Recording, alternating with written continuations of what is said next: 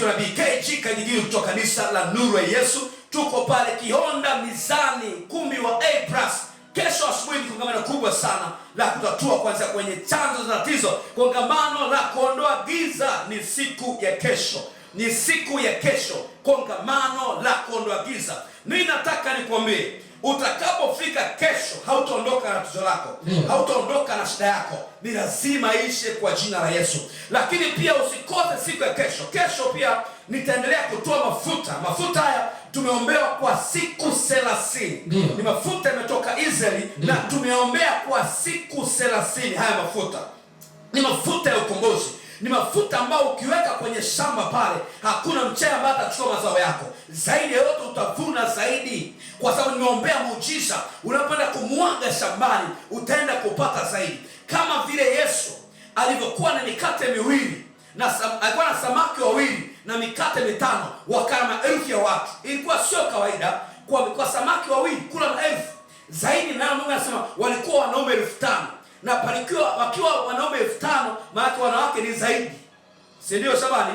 Popote penye wanaume 5,000, ujue hapo kwenye kusanyiko wanawake ni zaidi. Ukienda kama kanisani, wanawake ni wengi kuliko wanaume, si ndio? Ukienda hata shule darasani, ulijikuta kwamba wanaume ni wachache kuliko wanawake. Sasa basi nataka nikwambie ya kwamba kama alikula 5,000 wanaume, wanawake walikuwa zaidi ya 8,000 huko, zaidi ya 10,000 huko, sawa? Lakini ni samaki wawili na mikate mitano. Kilichofanyika nini? Mungu alitia nguvu kwenye samaki wawili na mikate mitano, wakala maelfu, wakala na kusasa. Na ndivyo ambavyo mafuta tumeombea upako, tumeombea nguvu, tumeombea muujiza.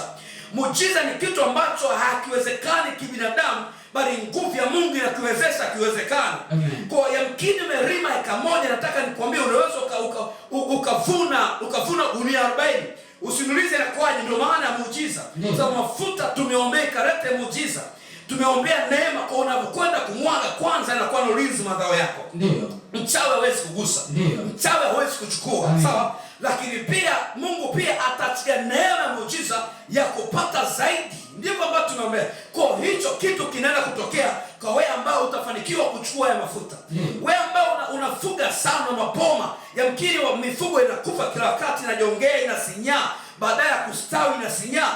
Nenda ukamwage kwenye boma, wamwagia ng'ombe wako, wamwagia mbuzi wako. Unapokwenda kuwamwagia wanakuwa na ulinzi. Si kila mmoja anapenda ufanikiwe, si kila mmoja anapenda uwe na mali. Lakini sasa kinachotokea, wengine wananuia uchawi, unakuja kuvuruga mbuzi wako, inakuja kuvuruga mifugo yako. Sasa haya mafuta tumeombea ulinzi. Haya mafuta tumeombea upako wa kuzidisha, upako wa kuongezeka. Manake ng'ombe wataanza kuzaa mpaka mapacha 3, mpaka mapacha 4, mpaka mapacha 2. Inawezekana kabisa kwa neema ya Mungu. Mungu amesema ukafanikiwe katika mambo yako yote na kuwa na afya. Kwenye mifugo ukafanikiwe, kwenye mashamba ukafanikiwe. Hebu njoo uchukue mafuta ambao utaenda kutumia, na utakapotumia mafuta utaona mabadiliko makubwa sana. Lakini wewe ambao unaumwa, yamkini una mgonjwa, huwezi kumleta kutokana na situation, kutokana na namna alivyo. Yamkini huwezi kumbeba, yamkini anatumia oksijeni sahihi, huwezi kumbeba. Yamkini yupo kitandani amepoza, mazingira ya kuruhusu. Njoo wewe uchukue mafuta, kampake ule mgonjwa, papo kwa papo muujiza utatokea, atainuka, atatembea. Tunasema haya, tumeona miujiza, tumeona kwa macho yetu, tumeona Bwana akitenda, tumeona Bwana akifanya. Na ndio maana sikawiki ushuhuda, ndio maana watu wakanipa jina ya kwamba naitwa mzee wa shuhuda. Kwa nini wakanipa jina la mzee wa shuhuda? Kwa sababu kila anayekuja pale kanisani anaondoka na ushuhuda, anaondoka na kitu cha kusimulia. Amekuja maskini, huyu anapata upako wa kubarikiwa, anaanza kubarikiwa. Huyu mtu amekuja hawezi kutembea, tumeona anakuja lakini anatembea.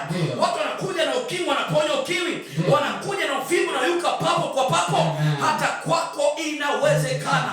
Chukua hatua ya kuweza kuja kwa Mungu, inawezekana. Usikose haya mafuta kuyachukua.